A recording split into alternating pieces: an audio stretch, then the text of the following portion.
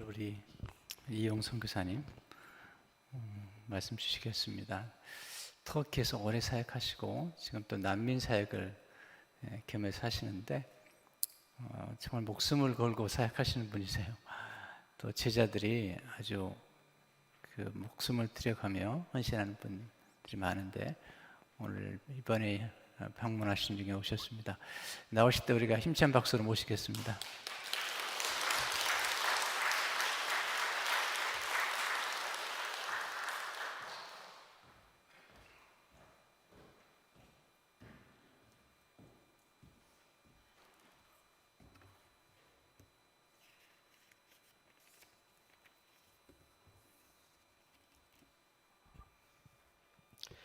(11절까지) 봉독해 주셨는데 12절 제가 한 절 드리겠습니다.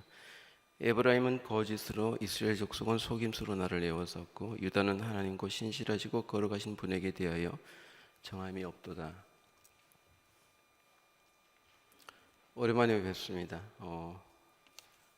이번에는 특별히 이렇게 말씀을 전할 수 있는 기회를 주셔서 감사합니다.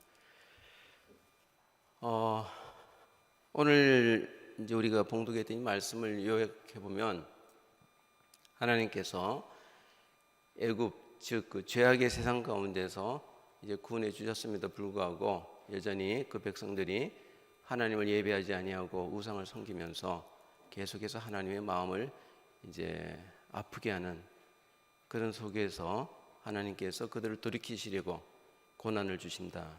그 고난에서 쓰임 받는 것이 아수르다. 그러나 결국 하나님께서는 그 긍휼이 불일 듯 하셔서 내가 창조한 내 백성을 책임지시겠다는, 끝까지 구원하시겠다는 그런 약속의 말씀을 오늘 이렇게 우리에게 들려주셨습니다.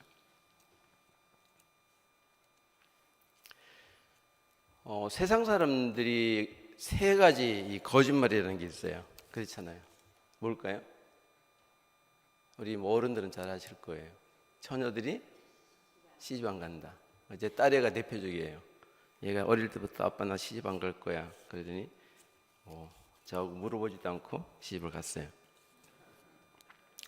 그리고 또 하나가 뭐죠?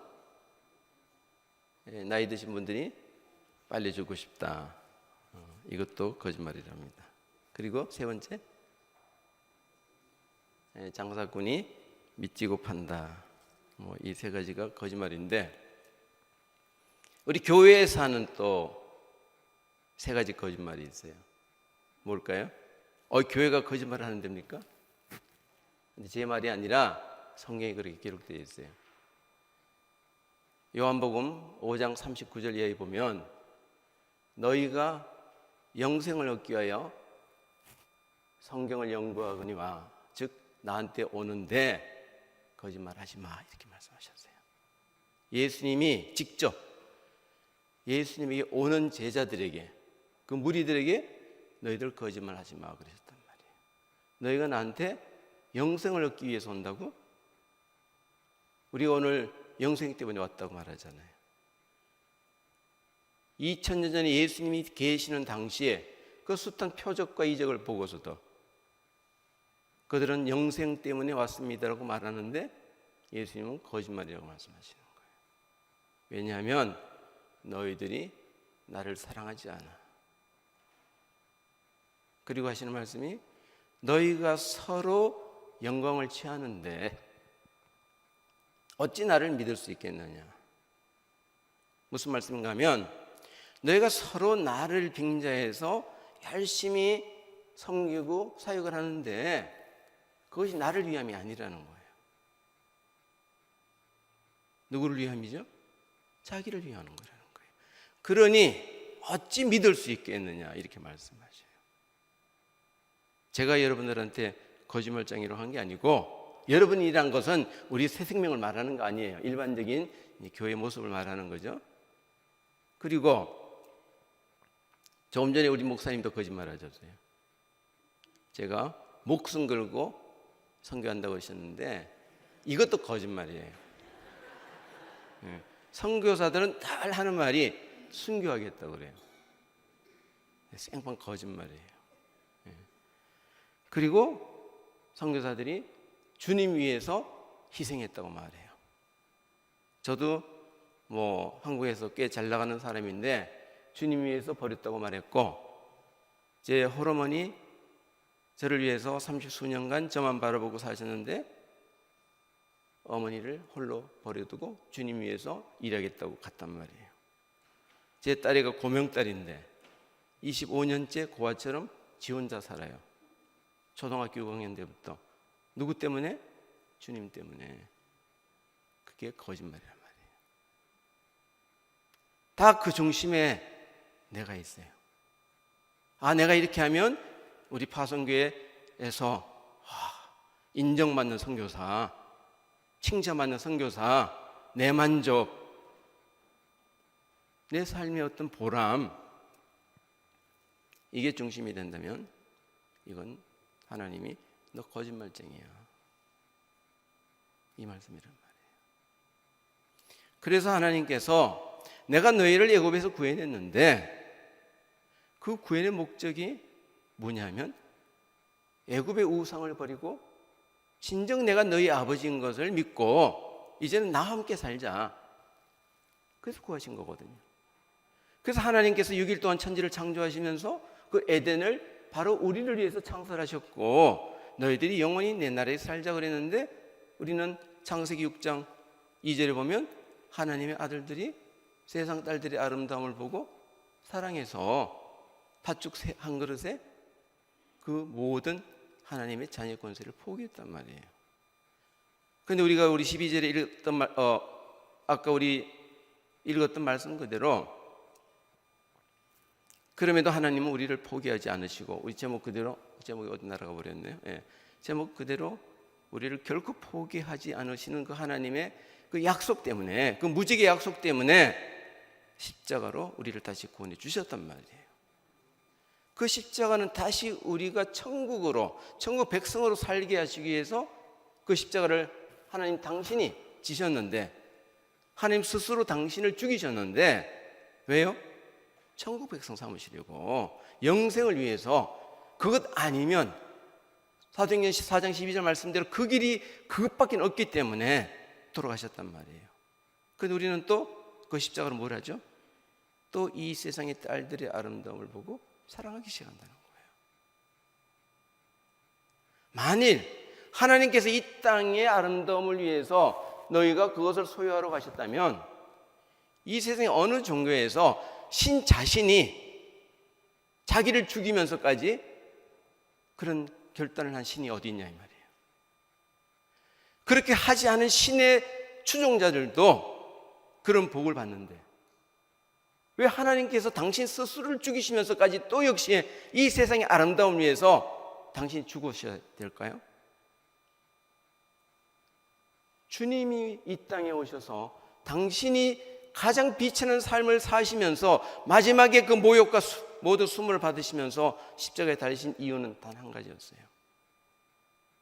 다시 천국으로 데려가시려고.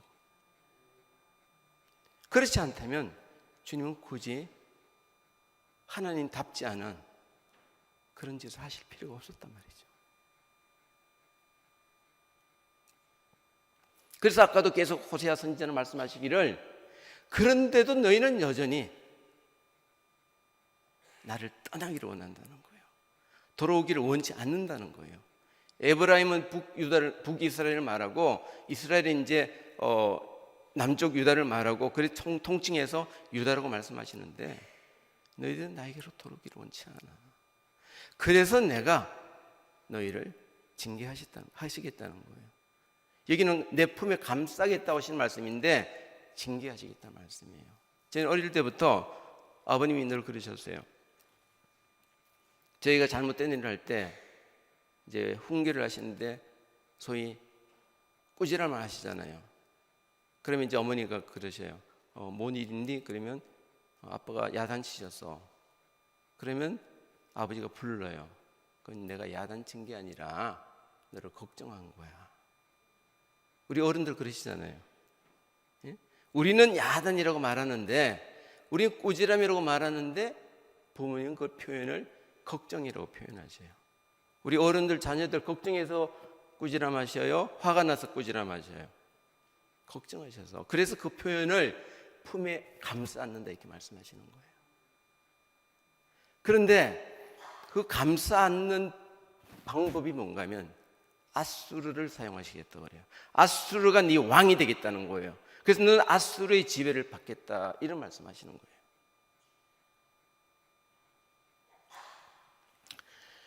제가 가장 두려운 게 뭔가 하면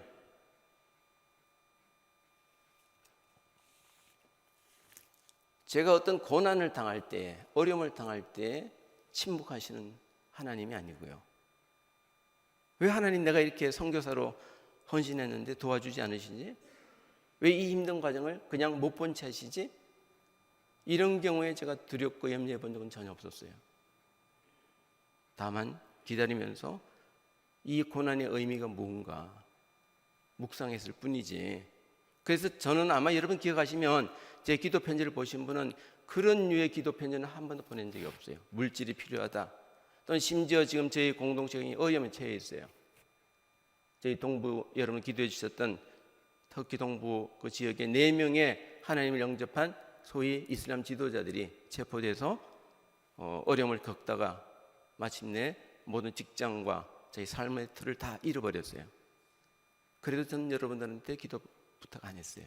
왜냐하면 그들이 그 사건에 대해서 기도를 원치 않아요. 한 가지, 이 사건 다음에 또 하나님이 어떤 일을 우리가 보여주실 건가 하는 기대감이에요. 그 이전에 6년 동안 감옥살이라는 형제도 있었어요. 그 형제조차도 예수님 때문에 6년간의 감옥살이를 하면서 자식을 넷이나 둔 40대 중반의 남자가 그런 기도를 요구하지 않았다는 거예요. 다만 이 가운데서 하나님이 또 어떤 하나님의 진정한 모습을 보여주실 것인가, 이 고난이 과연 나에게 어떤 내 삶의 변화와 진정한 영생의 복을 확정해 줄 것인가, 이것을 기대하면서 6년 동안 소위 말하는 억울한 감옥살이 한 거예요. 저 역시도 마찬가지예요. 제가 어떤 고난을 당하고 어려움을 당할 때에 하나님, 제가 그래도 내 가정, 내 자녀, 내 부모도 버린 하나님을 위해서 헌신한 자가 아닙니까? 어찌 이런 일이 저한테 있을 수 있습니까? 도와주셔야 되지 않습니까? 기도한 적도 없고 기도 한 적이 없어요. 그런데 언제가 가장 두려운가 하면 제가 범죄한 자로서 죄 지은 가운데 있을 때 침묵하시는 하나님, 그때가 가장 두려워요. 내가 사생아가 아닌가. 히브리서 12장 말씀대로 사생아에게는 하나님이 징계하지 않으신다고 그랬거든요. 그래서 내가 구원받지 못한 자가 아닌가, 하나님의 관심 밖에 있는 자가 아닌가, 그게 제 두려움이에요. 그래서 무릎 꿇게 되고, 그래서 정말 금식하게 되고 밤을 새우는 거예요. 그게 제 그 고난의 시간에 제가 그것이 채찍이 아니라 주님 품에 비로소 안겨 있음을 확인한다는 거예요. 우리가 잘 아는 누가복음 15장의 말씀도 마찬가지거든요. 세상으로 말하면 그 호로자식, 아버지가 살아있는데도 유산 물려달라고, 그래서 나가서 그 돈을 다 허랑방탕 다 써버리고 마침내는 돼지 치는 그러한 가장 비천한 자리에 있는데 그 돼지가 먹는 쥐엄열매조차도 얻어먹을 수 없어서 절망일 때 그럼 뭘 생각했습니까? 아버지를 생각한 거예요. 내 아버지 집에는 품꾼도 이보다 나은데, 아버지, 정말 나는 죄인입니다. 나는 정말 죄인 중에 괴수입니다. 아버지, 그냥 아버지 집에서 품꾼으로라도 써주세요. 아버지 집에 돌아갈 겁니다.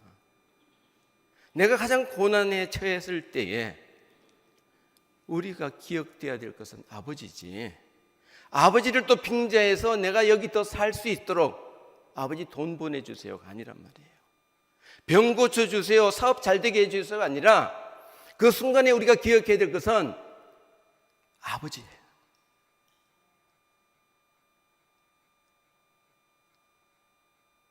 그래서 하나님께서 우리를 다시 아버지를 생각나게 하시려고, 다시 아버지 집으로 돌아오게 하시려고 고난을 주시는 거예요. 여러분들이 아버지를 믿기 때문에 그 고난에서 이겨내는 것이 아니라, 그 질병에서 노인받는 것이 아니라 아버지 집을 기억하게 하시려고. 제 딸애가 자랑할 만큼 예쁘고 착하고 신실해요. 신앙도 참 좋아요. 어디 내놔도 정말 제가 내 딸인 것이 자랑스러운 그런 딸입니다. 그런데 이 아이가 불법 체류자랑 결혼한 거예요. 제가 한국에 있던 모든 걸 다 교회에다가, 교단에다 헌납하고 빈 털들을 넣었는데, 이제 저도 이제 내일 모레면 리타이어를 한단 말이에요. 그래서 넌지시 내 가슴 속에서 딸아이 잘 키웠으니까 저 녀석 정도면 꽤 괜찮은 남편감 얻어서 내 노후 정도는 뭐 책임지겠지 라는 막연한 기대가 없다고는 못해요. 있었어요. 그런데 이놈이 불법 체류자, 그것도 가장 악조건의 불법 체류자랑 결혼했단 말이에요. 지금 애 키우고 있거든요. 또 일하고 있거든요. 또 학교 가서 강사로 있거든요. 또 이제 박사학위 마지막 과정에 또 공부도 하고 있거든요. 거기다가 시집살이까지 하고 있어요. 완벽한 실패자죠. 제가 이렇게 헌신했는데 결과예요. 그래서 제 아이가 늘 저희한테 미안해해요. 아빠 미안해. 그때 제가 이번에 만나서 그런 얘기 했어요. 거의 만날지도 못해요. 저는 오면. 근데 이번에 어떻게 기회가 돼서 만났더니 제가 그랬어요. 제 딸이 보라인데, 보라야 참 고맙다. 네가 끝까지 내가 하나님만 바라보게 하는구나. 제 진심이에요. 내가 만일 내 딸애가 소위 말하는 결혼을 잘해서 내 노후를 보장해 준다면 하나님은 또 엑스트라예요. 뒷전이란 말이에요. 근데 진짜로 의지가지가 없어. 정말 아버지밖에는 바라볼 분이 없단 말이에요. 그래서 나를 철저하게 아버지 외에 다른 생각을 못하도록 그 길을 막으시는 게 은혜고 응답이란 말이에요. 그리고 그 녀석도 마찬가지야. 좋은 데라고 말하는데 시집가서 남편이 말 정말 잘해주고 경제적 어려움이 없으면 친정 식구 생각나겠어요? 안 난단 말이에요. 그 이놈이 맨날 지혜미랑 카톡을 한대요. 힘드니까. 그 지혜미 생각에는 좀 딸아이의 고난이 아프겠지만은 그래도 이놈이 딴 자식들보다는 너무 자주 연락을 해주니까 또 좋은 거예요. 자기를 잊어버리지 않고 계속 기억해 주니까. 비록 아픔의 슬픔의 나눔이지만 그것도 애미로서는 시집보내서 출고여인이라고 잊어버려야 되는데 오히려 그 고난 때문에 자기를 늘 기억해 주고, 엄마 그때 엄마가 이렇게 해줬지, 나 이렇게 품고 기도해 줬지, 이게 자기는 너무 좋다는 거야. 그래서 하나님께서 우리를 친자식으로 만드시기 위해서 당신의 친자식을 죽이셨잖아요. 그래서 우리가 그 이전에는 그분을 하나님이라고 불렀단 말이에요. 그 이름조차도 부르기가 송구스러워서 그 여호와라는 이름조차도 부르기 송구해서 구약에서는 그분의 이름이 나오는 성경이 펼쳐지면 무릎을 꿇거나 목욕 제기를 하고 다시 그 이름을 불렀다는 기록들이 있단 말이에요. 너무나 지엄하신 하나님이니까. 근데 그분이 당신의 친자식을 죽이심으로 인해서 우리가 그 무서운 하나님을 뭐라고 부르죠? 아버지로 부르는 거예요. 이게 복음이란 말이에요. 그러면 아버지라고 부르는 그 아버지가 진짜 아버지면 우리가 왜 염려합니까? 제가 오늘 아침에 와서 여러분들 뵐 때마다 참 마음이 무거웠어요. 이분들의 아픔이 무엇이기에, 이분이 넘어야 될 산이 얼마나 높기에 그 피곤한 몸을 끌고 이렇게 새벽마다 와서 눈물을 흘리시는가. 우리가 이 땅에 발을 딛고 있는 그 시간 속에서는 정말 우리가 힘들어요. 육신을 가졌기 때문에 때리면 아프고 모욕하면 아프고 슬프고 잃어버리면 정말로 감당할 수 없는 그런 후유증들이 남잖아요. 그건 어쩔 수가 없어요. 그럼에도 불구하고 우리는 그 상황을 보는 것이 아니라 여전히 나를 감싸 안으시고 영원히 버리지 아니하시겠다는 그 하나님을 기억하는 거, 그 아버지를 기억하는 거, 그렇게 하라고 주시는 고난이라고 생각한다면 그건 고난이 아니죠. 어제 제가 우리 청년들을 만나서 밤늦게까지 좀 시간을 보냈습니다. 우리 교회 청년들이에요. 2년 전에 터키를 다녀갔던 청년들인데 셋이가 결혼을 안 했어요. 그래서 왜 안 했니? 그랬더니 휠이 안 온다는 거예요. 요새는 휠이 뭔지 저는 잘 몰라요. 저는 밤에 아내를 만나가지고 휠도 안 꽂혔고, 결혼해 보니까 아침에 보니까 엉뚱한 여자가 하나 있는데 물릴 수도 없고, 그래서 지금 37년을 살고 있습니다. 근데 제가 그런 얘기 됐습니다. 여러분들의 기준이 어디에 있느냐가 중요한 것이지 그 휠은 가짜다. 결혼 전에 남자 여자는 시인이 된다. 갑자기 시를 쓰잖아요. 근데 결혼하니까 이 인간이 이런 게 다 있어? 예? 그 이쁘던 여자가 그냥 하품 씩씩 하면서 이빨에 고춧가루까지 끼어가면서 그냥 눈곱까지 떼지도 않고, 아니 저 여자가 과거에 그 여자였어?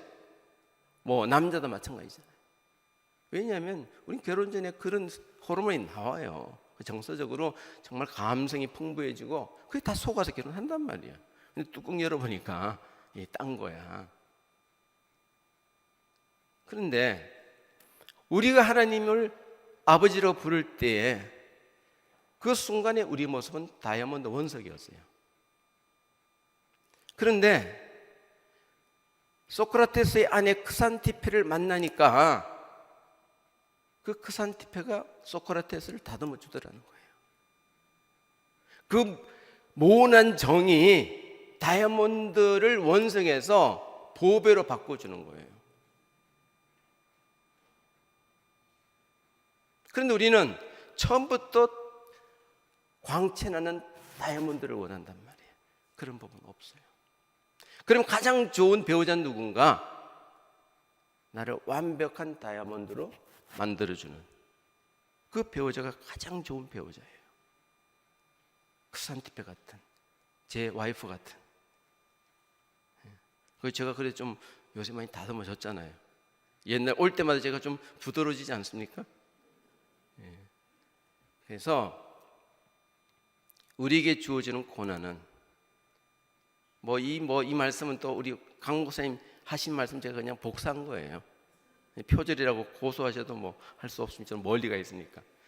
어쨌거나 우리는 이 인생 속에서 우리가 원하는 것들이 막힐 때가 응답이라고 생각하셔야 돼요. 돌아갈 곳이 없을 때가 그때 비로소 아버지가 생각나는 거예요. 그런데 우리 모든 것들이 소위 우리가 말하는 원하는 것들이 이루어졌을 때는 친정 생각 안 난단 말이에요. 어제 시집간 녀석도 왔는데 너 언제 친정 부모 생각나냐 했더니 추석날 생각나는데, 설날만 생각나는 거야. 왜냐하면 남편이 너무너무 잘해줘.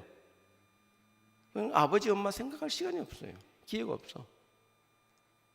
눈물이 나고 슬프고 아프고 고통스러울 때 나실제 괴로움 다 잊으시고 나를 이렇게 키워서 시집 보내주셨던 어머니가 생각나는 거야. 마찬가지로 우리가 에덴에서 쫓겨난 이유가 뭐냐 이 말이야. 아버지 사랑을 아직은 누릴 자격이 없는, 아버지가 왜 6일 동안 그 기뻐하시고 즐거워하셨던 그 소중한 아버지의 마음을 알기 전에 너희가 이 에덴에서는 아직 살아서는 안 돼. 그래서 처절한 고난을 당하고 네가 돼지 쥐염 열매를 그것조차도 얻어먹을 수 없는 그 환경에 갔을 때, 그때 네가 나를 기억하고 돌아오면 내가 약속한 영원한 생명나무 열매, 곧 가락지를 끼워서 너를 영원한 내 아들로 삼아줄 거야. 내 딸들로 삼아줄 거야. 그렇다면 우리의 길이 우리가 원하는 대로 열려야 됩니까? 막혀야 됩니까? 막혀야 되는 거예요. 그게 응답이란 말이에요. 그러나 그것이 두렵기 때문에 기도하는 거죠. 하나님, 이것이 진리인 줄 알고 이것이 복음인 줄 아는데 아직 저는 그것을 수용할 수 있는 준비가 안 됐습니다. 하나님 도와주세요. 정말 이 고난이 유익이란 것을, 이 고난을 통해서 내가 정금같이 다듬어지고 다이아몬드처럼 아름답게 빛나는 그 보석이 된다는 그 사실을 제가 가슴으로 받아들이고 내가 그 십자가 길을 갈 수 있도록 아버지 도와주세요. 이렇게 기도가 바뀌어야 된다는 거예요. 그래서 이제 우리는 정말로 이 마지막 때에 우리가 어떻게 살아야 할 것인가를 고민해야 됩니다. 시간이 많지 않으니까. 그러면 그 아수르는 어떤 존재인가? 우리를 다듬기 위해서 하나님께서 인생 회초리로 막대기로 쓰시는 그 아수르는 누구인가? 바로 이슬람이라는 거예요. 우린 지금 이슬람에 대해서 많은 오해를 하고 있습니다. 그들은 자살 폭탄이나 하는 그런 정말 무례한 폭력자들만 생각하는데 그런 자들은 아주 극소수예요. 그러나 실제 이슬람은 정말로 우리가 이러한 상황에서는 도저히 이겨낼 수 없는 아수르 왕에게 영원히 종로로 탈 수밖에 없는 그러한 능력이 바로 이슬람이라는 거예요. 그런 권세가 바로 이슬람이라는 거예요. 제가 6시 5분까지 시간을 약속받았기 때문에 요약해서 몇 가지만 말씀을 드리겠습니다. 이 아수르는 다시 말해서 지금 이라크, 이란, 파키스탄 그리고 그 중동 인근에 있는 거의 모든 나라가 아수르예요. 그 지역들이 이슬람이란 말이에요. 이슬람은 우리보다도 더 확실한 믿음이 있다는 거예요. 이슬람을 우리는 이방 종교라고 말하지만은 그들도 유일신을 믿어요. 근데 우리처럼 믿지 않아요. 절대적으로 믿는 거예요. 제가 부끄러울 만큼. 두 번째, 이슬람은 태어나서부터 18세까지 어머니가 아이들의 신앙을 책임집니다. 코란을 가르치고 기도를 가르치고 18세까지.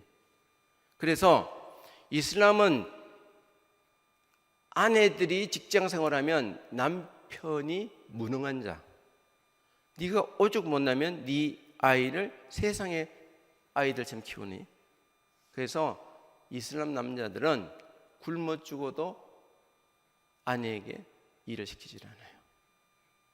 그래서 이슬람에는 두 가지 명예살인이라는 게 있어요.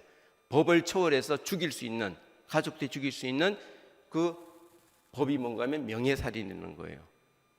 자식이, 아들이 개종을 하면 그건 죽여도 돼요. 왜냐하면 너를 낳고 너를 그들의 하나님 앞으로 인도한 네 엄마를 배신한 거라는 거야.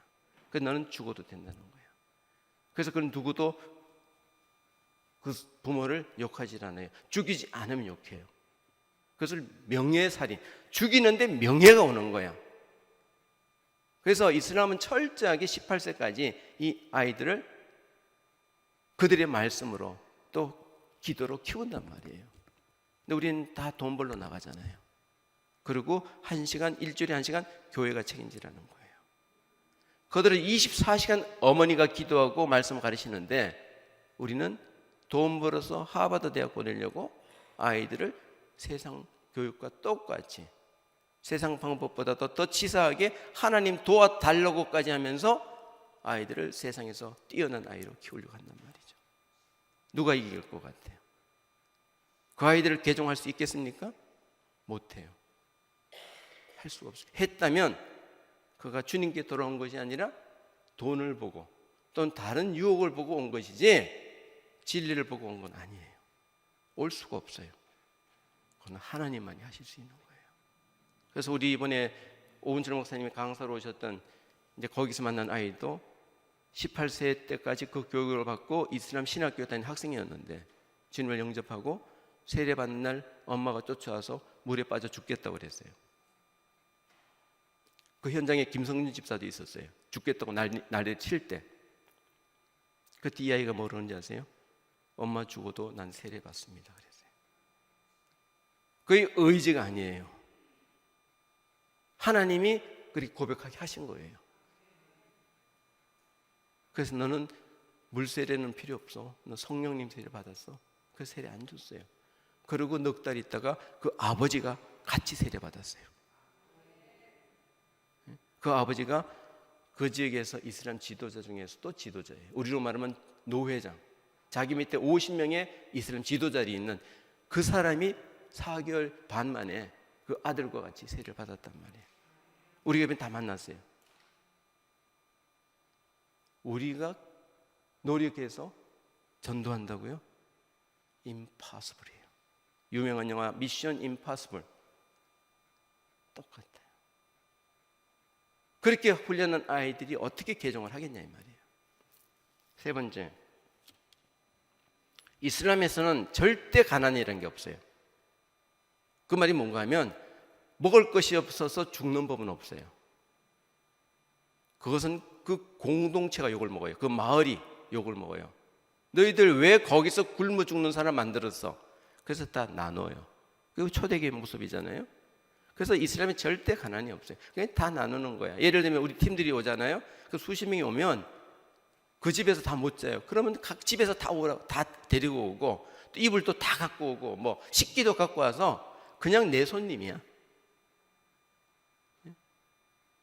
이게 그들의 그 삶이란 말이에요. 그걸 um마라고 그러는데 이 사람 철저하게 개인주의가 없어. 그래서 생일이 없어. 생일은 개인주의다. 그래서 개인적인 어떤 셀리브레이션은 없어요. 애니버서리 같은 거 없어요. 그래서 그렇게 공동체가 먹여 살렸는데 개종을 하잖아요. 그러면 또 배신자예요. 그래서 공동체를 배신한 죄로 죽여도 그는 법에서 묻지를 않아요. 그것 또한 명예살인이라고 그렇게 말한단 말이에요. 그 다음에 네 번째는 이 사람은 절대 자기를 위해서 살지 않아요. 우리가 출애굽기 32장 1절에서 6절을 보면 모세 선조님께서 하나님 만나러 산에 올라가셔서 늦게 내려오시니까 이스라엘 백성들이 아론 선조를 선동을 해서 신을 만들려고 그러잖아요. 누구를 위해서 만들려고 그러죠? 나를 위하여. 그럼 우리가 믿는 하나님이 하나님을 위해서 여러분 존재하십니까? 나를 위해서 존재하십니까? 그리고 그때 우상을 만들어 놓고 그 이름을 뭐라고 불렀죠? 여호와 하나님이라고 불렀다니까요. 예수님이라고 불렀다니까요. 근데 그 예수님이 예수님 되실 수 있는 조건은 하나님이 하나님 되실 수 있는 조건은 그분을 위해서 우리가 존재할 때 그게 그 이름의 값을 하시는 거예요. 근데 그분이 나를 위해서 존재하면 이름은 그렇게 부르지만은 그분은 우리의 우상이란 말이에요. 바로 오늘 읽었던 말씀에 거기 있단 말이에요. 바알의 우상, 애굽의 우상을 우리가 만들고 붙여준 이름이 여호와라면, 붙여준 이름이 예수님이라면 그분은 하나님도 아니시고 예수님도 아니에요. 우상이에요. 근데 이 사람은 철저하게 신중심이에요. 그래서 제가 26년째 지금 이슬람권에 살지만은 그들의 교회를 짓는데 한 번도 광고한 적도 없고 모금한 적도 없어요. 그 건물 앞에 초랑 건물을 이제 개축을 하든 새로 짓든 간에 우리로 말 헌금통 하나 올려놔요. 그럼 지나갔다 오다 다 무명으로 헌금 다 집어넣어요. 누가 지었다는 이름도 몰라요. 한 번도 제가 뭐 어떤 모스크를 짓는데 그 모스크라고 그러거든요. 모금을 한다거나 헌금을 독려하는 것을 본 적이 없어요. 그들은 자기의 소유가 자기라고 말하지 않아요. 제가 이제 우리 양육하는 형제 하나가 이제 타 지역에 있는데 저희 집 왔는데 며칠 있었어요. 그리고 나갔다가 돌아오는데 어디 가는지 이제는 그래서 이제 우리 이제 그 언어로가 아니라 영어식으로 내 집에 간다, 마이 하우스에 간다고 그랬어요. 그랬더니 이러면서 놀래는 거야.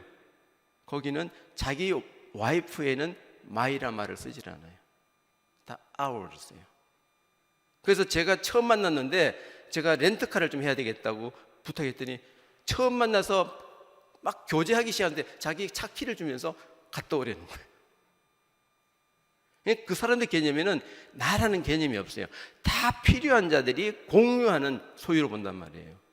하물며 하나님의 집을 짓는데 어떻게 우리가 인색한 마음으로 또 어떤 강요에 의해서 내느냐 말이에요. 그래서 그들은 제가 26년 한 번도 정말 뭐 이렇게 광고하거나 뭐 헌금이 필요하니까 건축비 내놓으라는 얘기를 제가 들어본 적이 없다니까요. 마땅한 일로 그냥 자원해서 그렇게 지어졌어요. 그래서 그 동네마다 모스크들이 화려한 모습으로 그냥 하늘이 내려보면 전부 모스크들이 그 화려한 수많은 모스크들이 누구의 강요나 또는 어떤 특정인의 이름을 내는 그런 건물로 존재하지 않는단 말이에요. 그 다음에 이슬람은 어떤 분열도 용납하지 않아요. 그래서 동일한 내용인데 20수년 동안 있잖아요. 한 번도 모스크에서 싸우는 소리를 들어본 적이 없어요. 뭐 싸워서 갈라졌다, 뭐 지도자가 쫓겨났다, 이건 들을 수 없는 얘기예요. 그건 우리 교회에서만 들리는 얘기란 말이에요. 그래서 우리 이슬람 지도자들이 개종을 하면 다 따라와요. 철저하게 신중심으로 순종하는 종교가 이슬람입니다. 그래서 그들은 자기 목숨도 내 것이 아니라는 거예요. 신이 원하면 언제든지 내놓을 수 있는, 뭐 지금 뭐 미군하고 지금 연합군들이 이슬람 그 소위 말하는 센타인 모술하고 라카를 친다고 난리를 치잖아요. 못 이겨요. 왜 못 이기냐면 그 땅은 뺏을 수 있지만은 그들의 믿음은 뺏을 수가 없어요. 이제 그들은 그때부터 어디로 바뀌는지 아세요? 각계 전투로, 자살 폭탄으로 미국, 영국, 유럽 다 터뜨릴 거예요. 사실 서방 신문들은요, 아프간이나 파키스탄이나 뭐 이락이나 수만 명이 죽었다 해도, 폭탄으로 죽든 뭐 전혀 죽었다 해도 관심도 없어요. 그렇잖아요. 뭐 10,000명 죽었다, 여러분 놀랍니까? 안 놀라요. 근데 그 10,000명이 죽은 IS 10,000명이 유럽 각처에서, 미국 각처에 흩어져서 한 명이 폭탄 한번 터뜨려 보세요. 난리 나잖아요. 그래서 그 10,000명이 거기서 안 죽고 각계 국가에 가서 폭탄 터뜨리겠다는 거예요, 지금. 왜냐하면 그들이 신을 위해서 존재하는 거니까 신이 필요하다면 내 목숨 하나 내놓겠다는 거예요. 근데 그 자살 폭탄하게 된 사람이 너무 줄을 많이 있어서 진짜인지 농담인지 몰라도 뇌물을 쓴대. 자기 순서 빨리 오게 해달라고. 그런 자들과 싸우고 있는 거예요. 그게 아수르란 말이에요.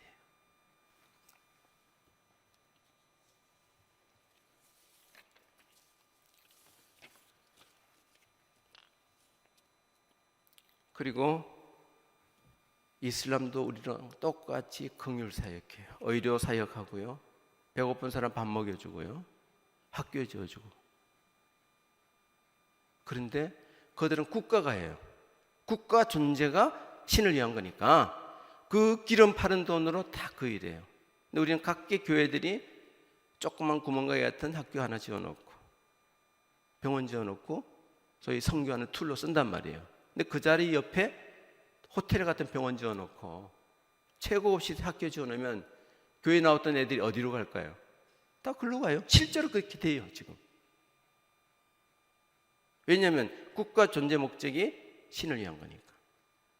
이슬람 나라 회복이니까. 그리고 모든 자들이 그들은 증인이라고 그래요. 자의 존재 목적이 그 하나님을 세상에 증거하는 것이 그들의 존재 목적이에요. 그래서 이슬람은 지금 17억 명인데 그 중에서 뭐 어중이 떠중이 있겠지만 10%만 잡아도 1억 7천만 명이고 또 그것도 또 걸러서 또 1%도 하면 1,700만 명이 어디를 가든 선교사적으로 살아요. 근데 우리는 저 같은 사람만 선교사라고 그러잖아요. 몇 명인가 하면 전 세계 국가에서 파송된 성이 40만 명밖에 안 돼요. 다 돈 받고. 근데 그들은 돈 안 받고 일하면서 미니멈 1,700만, 에버리지 1억 7천만 명이 전 세계에서 선교사로 살고 있습니다. 그것도 우리처럼 목숨을 아끼고 사는 게 아니라 목숨을 걸고 산단 말이에요. 마지막으로 이슬람은 태어날 때부터 기독교에 대해서 공부해요. 저걸 공부하는 거예요. 뭐 손자병법에도 지피지기는 백전백승이라고 그러는데 그들 어릴 때부터 이 기독교에 철저히 공부하는데 우리는 너무 몰라요.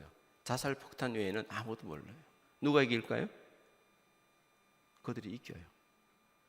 그런데 오늘 말씀의 약속 뭐죠? 반드시 너희를 회복하겠다는 그 하나님의 약속 때문에 그것이 우리 소망이 되는 거예요. 그들이 아무리 강해도, 그들이 아무리 자기 자신을 그 가짜 신에게 헌신한다 하더라도 싸움의 결론은 나 있어요. 그런데 그 결론인 싸움의 승전보를 들을 수 있는 사람이 누구냐? 진정 그 싸움의 주인 되시는 하나님을 아버지라고 믿는 아버지 자녀에게 주시는 영광이란 말이에요. 그것이 우리 교회가 앞으로 지향해 나가야 될 우리의 삶의 중심이 되어야 됩니다. 내가 아무리 선교사를 할지라도 마태복음 7장 22절 말씀 그대로 불법을 행하자라고, 제가 귀신도 쫓아내봤고 거의 죽음에 있는 사람을 몇 명 살렸어요. 근데 7장 22절 보면 다 그 일 했다는 거예요. 예수님 이름으로. 근데 그것을 불법이라고 그러고 불법에서 그치 않고 지옥 가라 그러셨거든요. 저는 그게 두려워요. 나는 구원 못 받고 남은 구원시킨 그게 무슨 의미가 있습니까? 근데 이건 우리 모두에게 퀘션이고 우리 스스로가 찾아야 될 해답입니다. 기도하겠습니다. 하나님, 정말 이 귀한 교회와 함께 이 마지막 때를 동력자로 살 수 있도록 기회를 주시니 감사합니다. 부디 바라고 권하옵기는 우리 새생명 비전교회가 그 이름 그대로 정말로 주님 앞에 온전한 모습으로 쓰임받고 마지막 때 그 영광을 볼 수 있는 거룩한 공동체로 계속해서 성장해 나갈 수 있도록 성령님 도와주시옵소서. 예수님 이름으로 기도합니다. 아멘.